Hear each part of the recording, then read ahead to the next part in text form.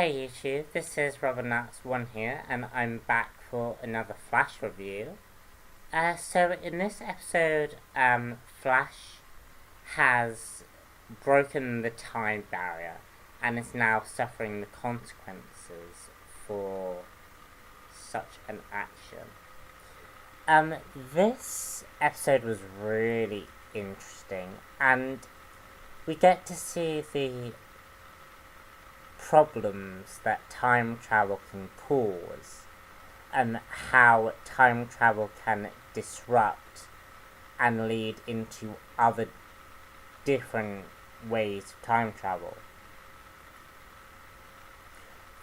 For example, in the last episode, Cisco died, and Barry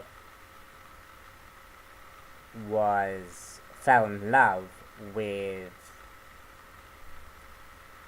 Iris, and there would have been a relationship there. Now, because Barry has broken the time stream and changed things, certain events don't happen. Like Cisco never dies,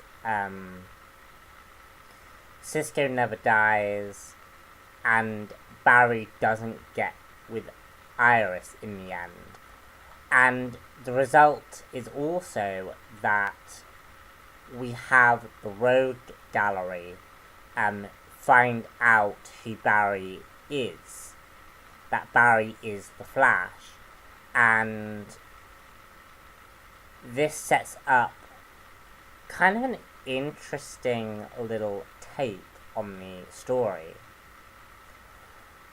Because it sets up what the comic books do, which is really interesting, because the comics set up the fact that the rogue gallery, that the rogues don't kill and don't attack people. And that is sort of set up in this episode. But the rogue gallery, Captain Cold basically finds out who Barry is in a really interesting way.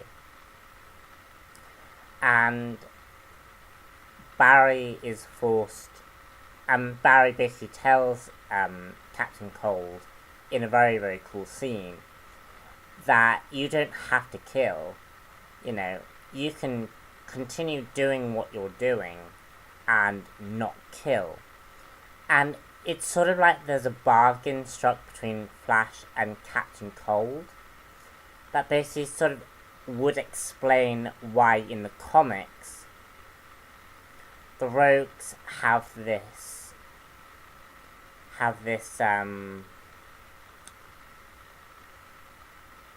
code of ethics, code of morals. And it's a really interesting way of basically explaining why the rogues don't kill, which is really, really interesting. Other than that, there isn't too much in this episode, apart from the fact that Flash changes a bit. We do see,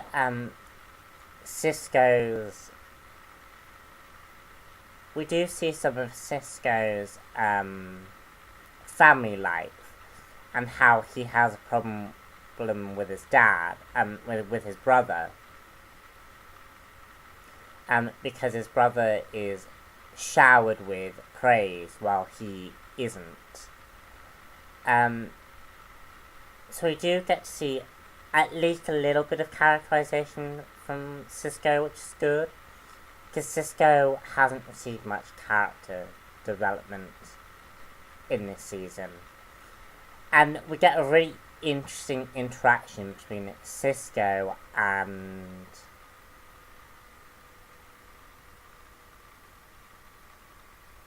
Harrison Wells,